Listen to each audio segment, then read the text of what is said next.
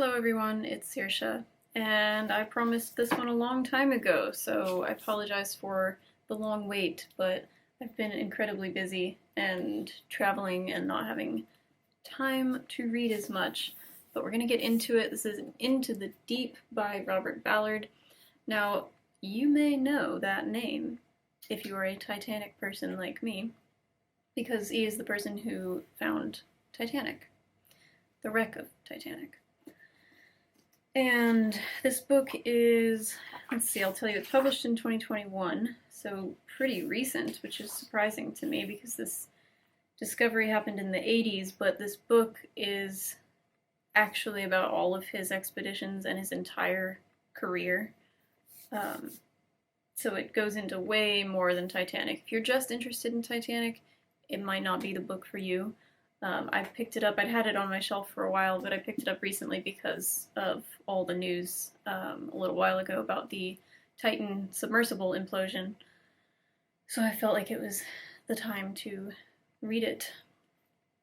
So anyway, this was written by Robert Ballard by way of ghostwriters.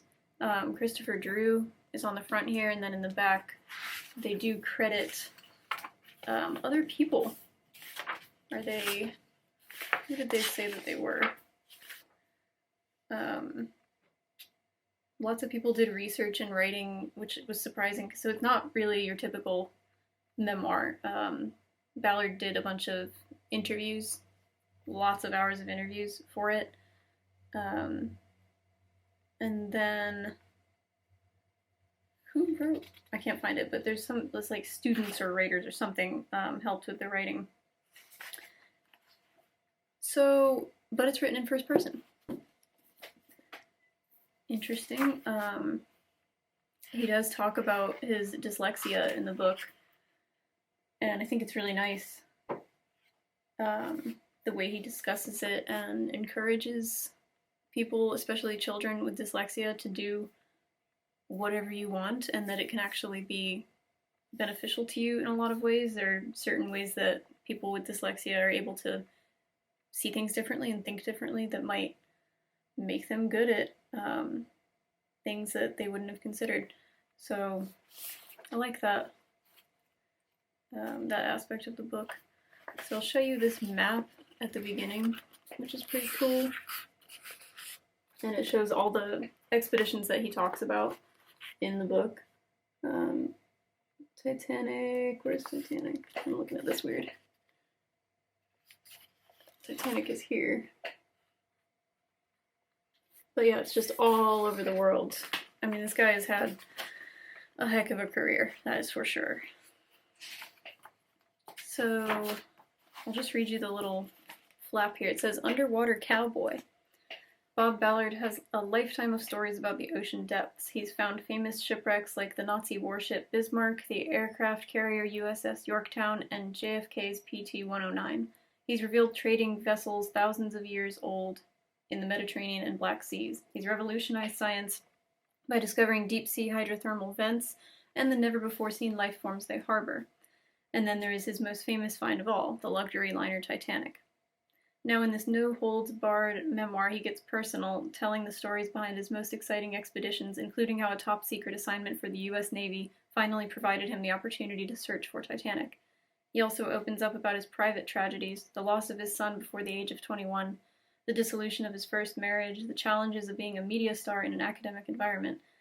Finally, Ballard reveals the late-in-life discovery of his own dyslexia, which he now understands not as a disability, but as a gift essential to his distinguished accomplishments as a scientist and explorer. Brilliant, insightful, surprising, and filled with color photos of his family and expeditions, Into the Deep is the definitive story of the courage, innovations, challenges, and triumphs that have shaped the life of this remarkable American hero.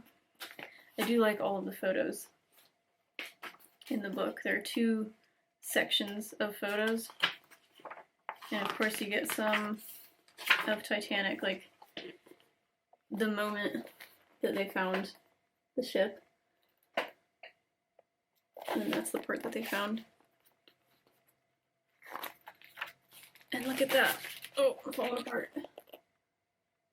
I mean, we Titanic people recognize these images. Okay, so I'm going to pull out some of the things that I wanted to talk about. So he pretty much goes chronologically through his life. And he starts out with childhood and then college. I had chosen an outrageously difficult major. I had gone too wide. Athletics, student government, Greek life, ROTC. I was like a Swiss Army knife, a master of nothing but pretty good at a lot. I should have locked myself away and studied more. I just related to the struggle of being interested in so many things and not being able to pick one. And I really like how he managed throughout his life to combine his interests. That's kind of like the ultimate. I think if you're going to talk about success in terms of like your career, that's the ultimate success, is being able to combine the things that you love and get paid for it. And he talks a lot about his desire to develop this telepresence technology while doing expeditions. So he wants to go and find these ancient shipwrecks, but he also wants to be able to broadcast the expeditions to children in schools live while it's happening. Cool stuff.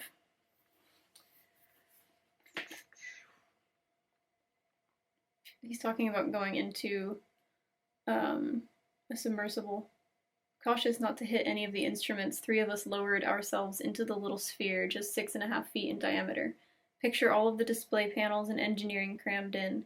It was like climbing into a Swiss watch. It's a great description. Once inside, we folded up on the floor, cross-legged, and slid up against the pressure hull, where each of us had a little window. With our legs commingling in the narrow space, diving became a communal experience. We joked that when we got out of the sub, we'd have to untie our legs. With my tall frame, that joke wasn't too far off the mark. We settled in with sweaters and sandwiches, diving traditions to ward off the cold and hunger during what was usually 8 hours underwater. It's a great paragraph, just paints the picture for you. And yeah, if you have a touch of claustrophobia, it just doesn't sound like this would work out for you. I have talked about this before, but 100%, if there was a safe submersible going to Titanic and I could get on it, I would get on it in a heartbeat. But I am very nervous in closed spaces, so I would be really fighting that in order to do this thing that I want to do. Definitely would not be like him, having a career in this and like being in submersibles all the time. Yeah. By the time we reach 9,000 feet, we have almost 2 tons of pressure on each square inch of the hull, enough to kill us instantly if anything goes wrong. But fortunately, our pressure hull protects us from calamity just inches away. Just like sad reading this after the Titan implosion.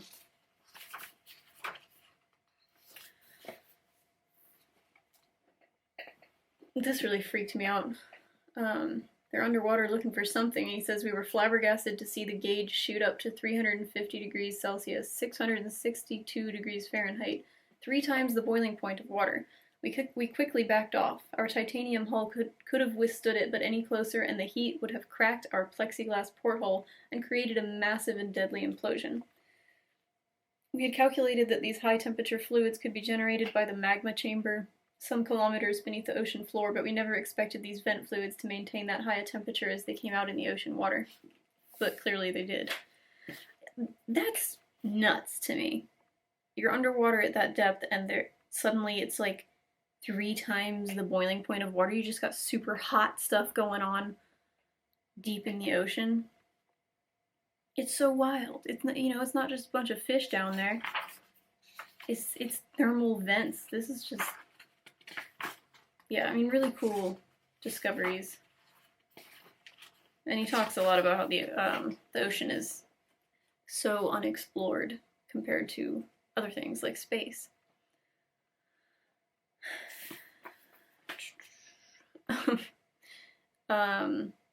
So he's talking about Titanic. On the Titanic front, the first hurdle was the one that Dr. Fye and I had feared the most, competition. Jack Grimm, the self-promoting oil man, had managed to recruit Dr. I don't know how to say this, Speece from Scripps and William Ryan, a marine geologist from Columbia University to help him. Spies and Ryan, a formidable duo, first went out looking for the ship in 1980, but they were hindered by equipment problems and terrible weather, not to mention Grimm himself. He had hired someone to train a monkey to point to a spot on a map where he thought Titanic was, and he wanted to send the monkey out on the ship. Spies and Ryan had said, "It's either us or the monkey," and got him to drop the stunt. I mean, the fact that this is the kind of stuff that was going on surrounding finding this incredible one-of-a-kind ship, it's so silly. It just doesn't fit. But who knows, maybe the monkey would have gotten it right, like we didn't even give him a chance. So there is a lot of frustrating stuff in this book about military and money and, you know, like capitalism.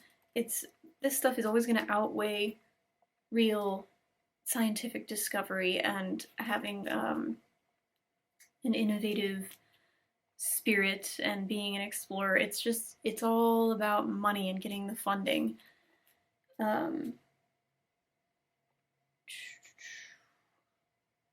"That's not the Navy's mission," he replied, adding that he couldn't possibly ask his superiors for permission to go look for Titanic. I kept pestering him over the next several months, though, and he finally tried to pacify me. "Look, Bob, you can do whatever you want, but you gotta do it within the time and within the money, and that's it. Only if I fulfilled the assignments on the 2 subwrecks could I squeeze in Titanic." He also agreed to provide me with an additional $3 million over 5 years, bringing the Navy total to $5 million.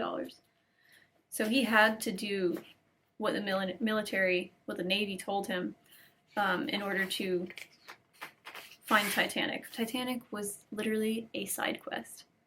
He was doing something for the Navy. And they were like, "Sure, if you've got enough time when you complete what we want you to do, you can look for this ding-dang boat."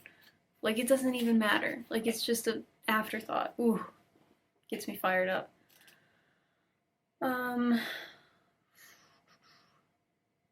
"Let me find Titanic. I can find that ship with this gear. Give me 2 weeks and I'll find it, and then we'll go public. Show videos from the robots roaming through the ballrooms. It will drive the Soviets crazy. They'll think that if we're willing to publicize this capability, imagine what our Navy is doing in secret." So it's all politics and tactics, tactics, tactics.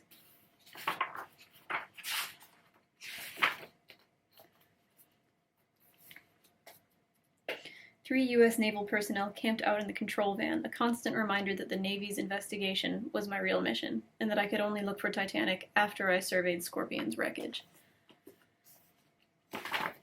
It would just be cool if, you know, he could have gone out there and looked for it because of the spirit of discovery and not on a mission for the military. But at least we found it. So after he finds Titanic, he's having a lot of feelings. You know, everyone who goes down there reports feeling, you know, the presence of all of these lives that were lost. On our voyage home, I jotted down some thoughts to say to those on land curious to hear the details of our discovery. "Titanic lies on a gently sloping alpine-like countryside overlooking a small canyon," I wrote. "It is a quiet and peaceful and fitting place for the remains of this greatest of sea tragedies to rest. May it forever remain that way, and may God bless these found souls."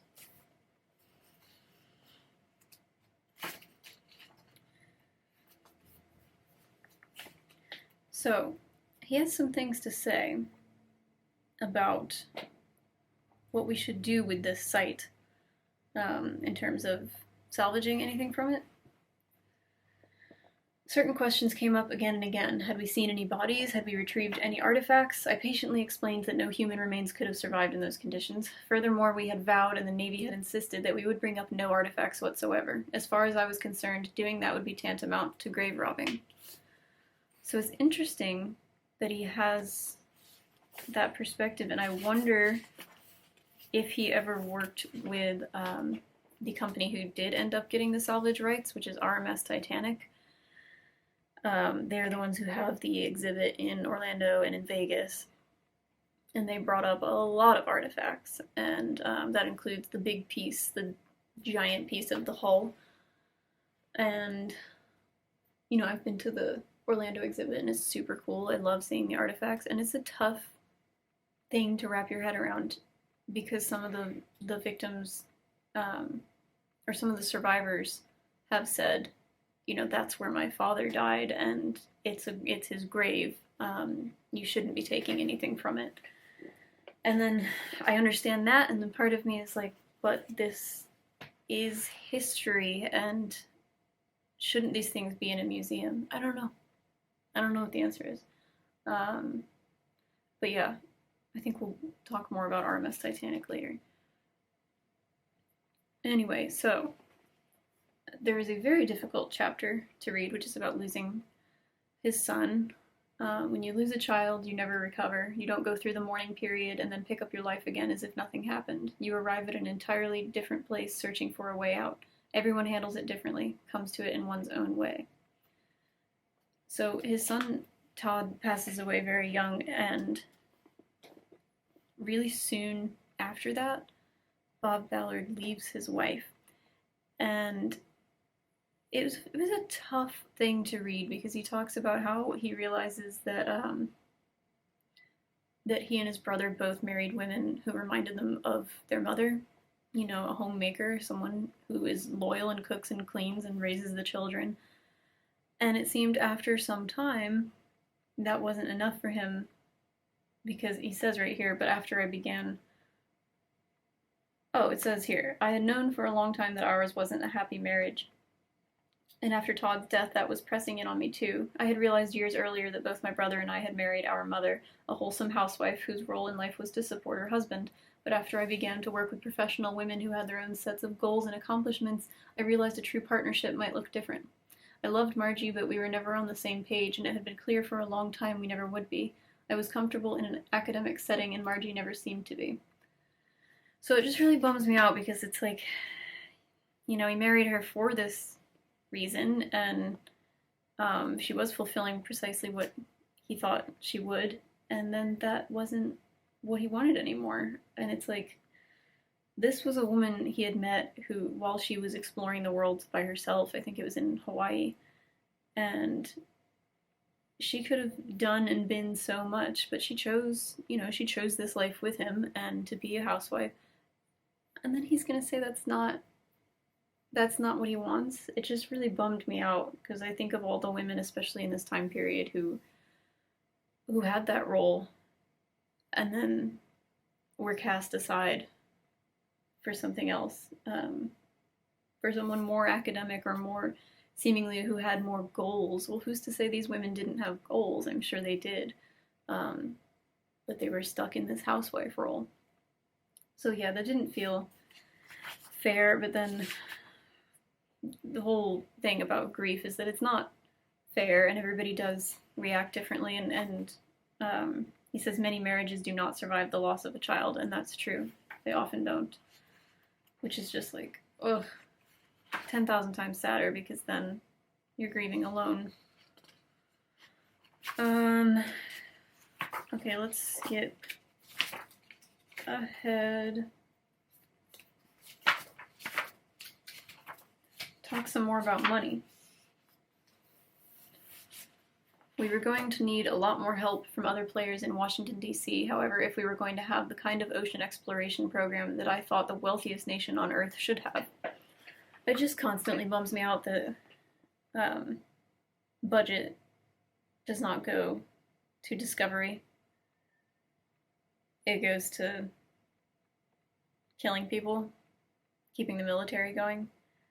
I wish we could just explore space and the seas, and everyone just stopped fighting. I sound like that girl in Mean Girls. But yeah, just the constant mention of having to get funding throughout this book, it's really sad. And I realize I'm like being a major idealist, and the world's probably never going to be the way that I'm hoping, but whatever. Sue me. After I found Titanic in 1985, I could have obtained salvage rights if I'd wanted to, according to international maritime law, but I wasn't interested in retrieving artifacts. I believed we should respect the passengers and crew who had died there and leave their gravesite undisturbed.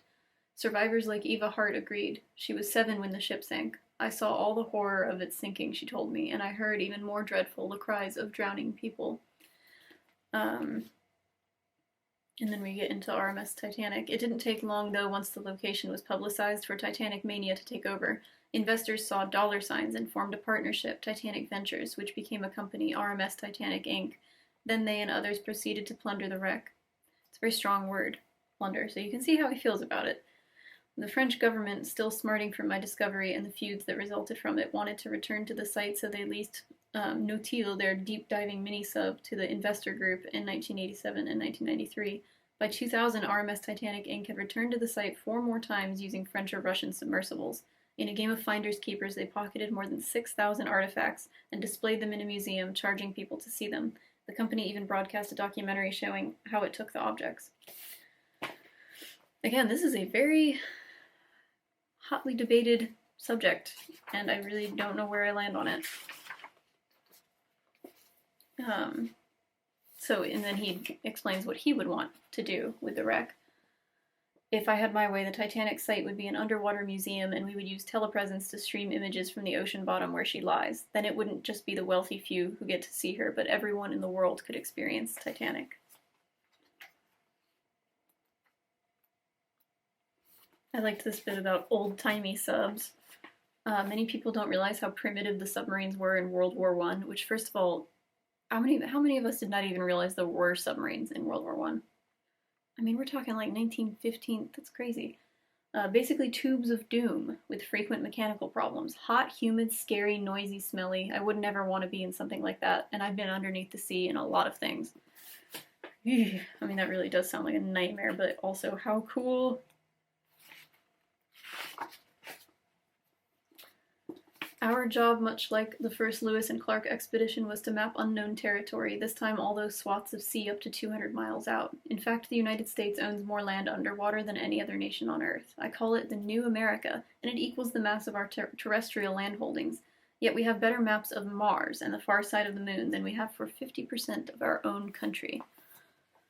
Isn't that so interesting? He talks a little bit about climate change, and he says he's not worried about the Earth surviving what we're doing to it. He thinks it can bounce back, but he is worried about us. When I was born in 1942, Earth's population was 2.4 billion. It is now 7.7 billion, more than a threefold increase, and it is expected to reach 10.5 billion by 2050. Nearly 3/4 of the planet is covered by water, and the land includes the unlivable polar regions and deserts. That means 95% of all people live on less than 5% of the planet. Earth can only support 10.5 billion people if they're all vegetarians. If all humans ate like Americans, Earth could support only 2.5 billion. Food for thought. His final thing that he writes about is looking for Amelia Earhart's plane, which is pretty cool. And there's this bit here where they mention my hometown. While Amelia is missing, it says at the same time a teenage girl named Betty Clank Brown, living in St. Petersburg, Florida, was operating a shortwave radio with a larger than normal antenna that made it possible for her to pick up distant calls, and was writing what she heard in her notebook. One afternoon she heard a voice say, "This is Amelia Earhart," and for the next 3 hours she recorded messages that seemed to show that Amelia had landed her plane on a deserted island and that Fred was with her, apparently injured. Just really cool. It was like, oh my god, St. Petersburg, Florida? Like, I've never heard that fact about my town. So, whew. Anyway, recommend if you are into deep sea exploration. This is not surface stuff. This is really down there. The pictures are super cool. The technology is amazing. Like, you wouldn't... I don't think unless you... I don't know, have gotten into this stuff because of something like Titanic. I don't think the average person knows about deep sea technology. These exploration vessels, they're incredible. And for the time period, too, in the 80s and 90s, I definitely wouldn't have thought this kind of stuff was possible. Turns out we've been doing a lot of cool stuff for a long time, and I hope we continue to, and that we have a planet that we can continue to do these things on and explore more of it without killing it. That would be great. Yeah. So, if you've read it, tell me your thoughts. And if you have any more suggestions for explorer books, memoirs, whatever, I'm into it. I love anything about the sea. I'm a salty old sea captain at heart. You know this. Anyway, see you next time. Thanks for watching.